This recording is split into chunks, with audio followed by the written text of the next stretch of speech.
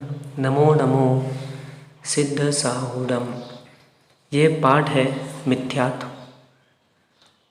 मिथ्यात्व शब्द ही कह रहा है। त्व मतलब होता है पना अर्थात स्वभाव। मिथ्या स्वभाव, मिथ्यात्व। मिथ्यात्व की जो परिभाषा बनती है, तत्वों पर यथार्थ श्रद्धा नहीं होना ही मिथ्यात्व है। या यूँ कहें, सच्चे देव, सच्चे शास्त्र, सच्चे गुरु पर श्रद्धा ना करना मिथ्यात्व है। या यूँ कहें कि झूठे देव, झूठे शास्त्र, झूठे गुरु पर श्रद्धा करना मिथ्यात्व है। विपरीत या गलत धारणा का नाम मिथ्यात्व है। जिस जीव के मिथ्यात्व का उदय रहता है, उस जीव को सच्चा धर्म नहीं रुचता। जैसे कि जो पित्त का रोगी है, उसे कितना ही मीठा दूध पिलाओ, उसे कड़वा ही लगता है।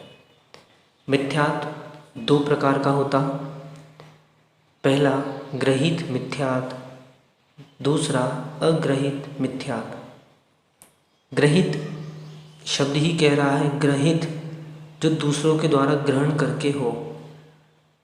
अर्थात ग्रहित मिथ्यात्व की जो परिभाषा बनती है, पर के उपदेश आदि से कुदेव आदि में जो श्रद्धा उत्पन्न हो जाती है, उसे ग्रहित मिथ्यात्व कहते हैं।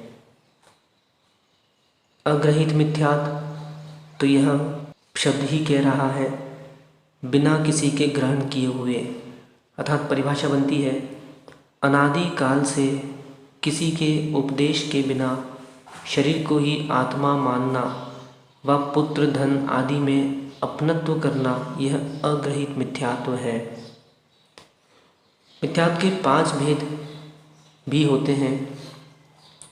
विपरीत मिथ्यात्व, एकांत मिथ्यात्व, विनय मिथ्यात्व, संशय मिथ्यात्व, अज्ञान मिथ्यात्व। पहला जो विपरीत मिथ्यात्व है, अर्थात जीवादि पदार्थों में विपरीत मान्यता एवं अधर्म को धर्म मानना ही विपरीत मिथ्यात्व है। जैसे कि शरीर को ही आत्मा मानना। बहुत से प्राणी ऐसा मानते हैं कि शरीर जन्म लिया तो मेरा जन्म हो गया, शरीर मरा तो मैं मर गया। ऐसे शरीर को जो आत्मा मान रहा है, वह विपरीत मिथ्या दृष्टि है।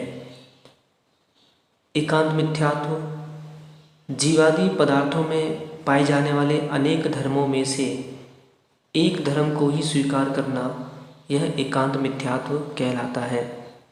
जैसे कि कुछ दर्शनों ने पदार्थ को नित्य माना, कुछ दर्शनों ने पदार्थ को अनित्य माना।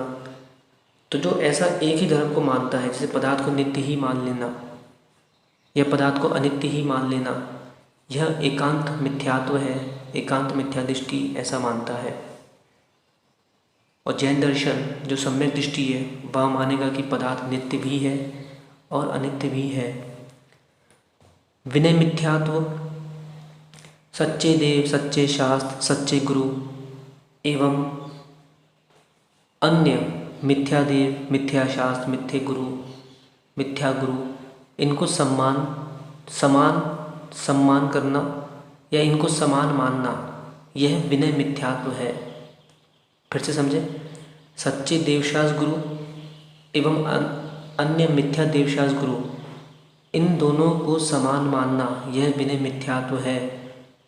वर्तमान में जैनों में ऐसे अधिक वैनिक मिथ्या दृष्टिगोचर हो रहे हैं, जैसे कि अनंत देव या अन्य देवों की समान विनय करना, तो यह विनय मिथ्यात्व कहलाता है। इससे अपनी रक्षा करना होगा।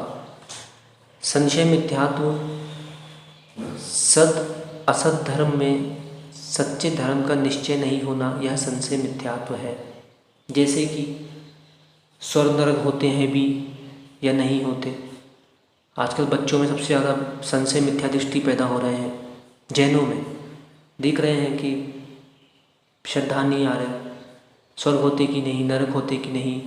तो इन सबको पढ़ाएं कि बेटा मिथ्यात्व के ये संशय नाम का एक मिथ्यात्व का भेद है, तो ऐसा मन में संशय नहीं करना।